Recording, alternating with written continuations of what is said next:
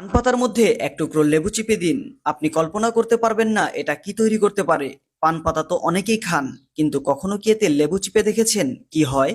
হ্যাঁ বন্ধুরা, পান পাতা আর লেবু মিলে যে জিনিসটি তৈরি হবে আপনার অনেক টাকা বাঁচিয়ে দিবে। এজন্য শুধু পান পাতা হলেই চলবে না, আরো কিছু জিনিস অ্যাড করতে হবে। আমরা দুটো পান পাতা নিয়েছি, এগুলোকে হাত দিয়ে ছিঁড়ে ছোট ছোট পিস করে কেটে নিব। আপনি চাইলে কাঁচি অথবা ছুরি দিয়েও এই কাজটি করে নিতে পারেন।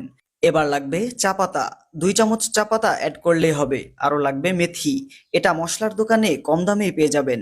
মেথি এখানে দিতে হবে 1 চামচ পরিমাণ। এবার সবগুলো উপাদানকে করতে হবে ব্লেন্ড। কিছু পরিমাণ পানি এতে অ্যাড করছি যাতে আমাদের ব্লেন্ড করতে সুবিধা হয়।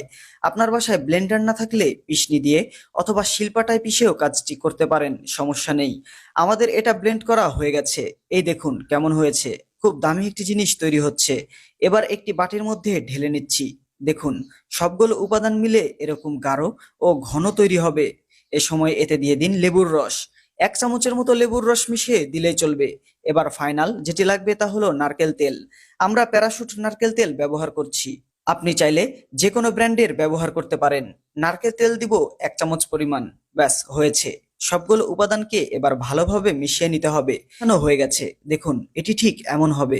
বন্ধুরা, এটি আমরা কি তৈরি করলাম তার আগে বলে নিচ্ছি আরেকবার কোন কোন উপাদান এতে মেশানো হয়েছে। এর মধ্যে আছে পান পাতার রস, চা পাতা, মেথি, লেবুর রস ও সবশেষ নারকেল তেল। আপনি যদি ইন্টারনেটে সার্চ করেন চুলের যত্নে চা পাতার ব্যবহার অথবা চুলের জন্য পান পাতার রস, তাহলে বুঝবেন এগুলো কতটা উপকারী। পান পাতায় প্রচুর পরিমাণ ভিটামিন ও খনিজ উপাদান রয়েছে, যা আপনার চুল পড়া রোধ করতে সাহায্য করবে। আর চা পাতার গুণাগুণ তো অনেক বেশি। এই চা পাতা আপনার মাথার খুশকি দূর করবে, চুল পড়া কমাবে, চুল পেকে যাওয়া রোধ করে চুলকে করবে শক্তিশালী, লম্বা ও কালো। ঠিক একই কাজ করবে এখানে ব্যবহার করা মেথি। সবগুলো উপাদান মিলে আপনার মাথার চুলের জন্য একটি বেস্ট সলিউশন তৈরি হয়ে গেল। শুধু তাই না, এটি নিয়মিত ব্যবহারে চুলের গোড়া শক্ত হবে, চুল দ্রুত বৃদ্ধি পাবে, চুল হবে সুপার শাইনিং ও সিল্কি। এবার বলছি এটি ব্যবহারের নিয়ম। এটি ঠিক গোসলের পূর্বে আপনার চুলে লাগিয়ে নেবেন। এক্ষেত্রে তুলার ব্যবহার করতে পারেন। এটি আপনার মাথার স্ক্যাল্প থেকে নিয়ে চুলের আগা পর্যন্ত ভালোভাবে লাগাবেন। এভাবে লাগিয়ে 15 থেকে 20 মিনিট পর্যন্ত অপেক্ষা করবেন। এরপরে শ্যাম্পু করে চুল ধুয়ে ফেলবেন। এটা আপনি সপ্তাহে 2 বার করবেন।